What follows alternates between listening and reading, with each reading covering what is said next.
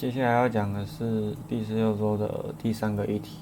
在手臂的末端加入 Suction Pad， 就是吸盘。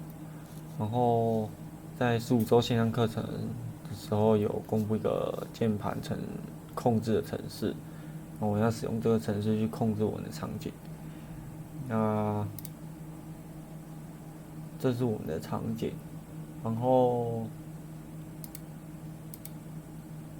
我们要把场景还有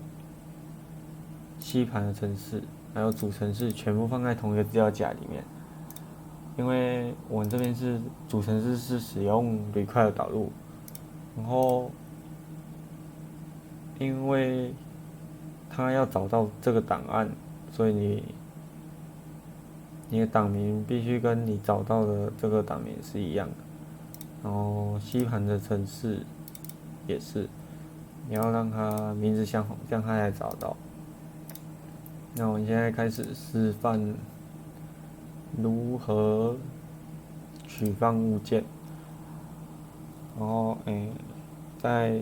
首先我们先按下 P， 让吸盘有吸力，然后我再按下 D， 让吸盘往下吸到物件，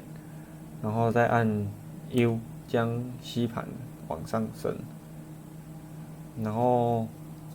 如果想要让它移到想要位置，可以按下 L 键，它就会开始转。然后反转也是一样，如果你要让它转回去，那就是按下 R。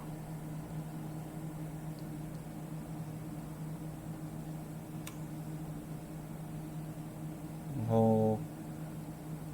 如果这个时候按下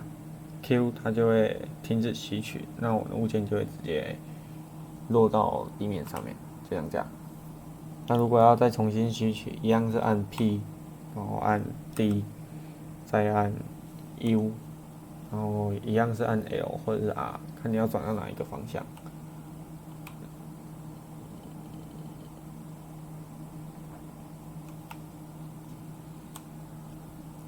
那我的影片到这边。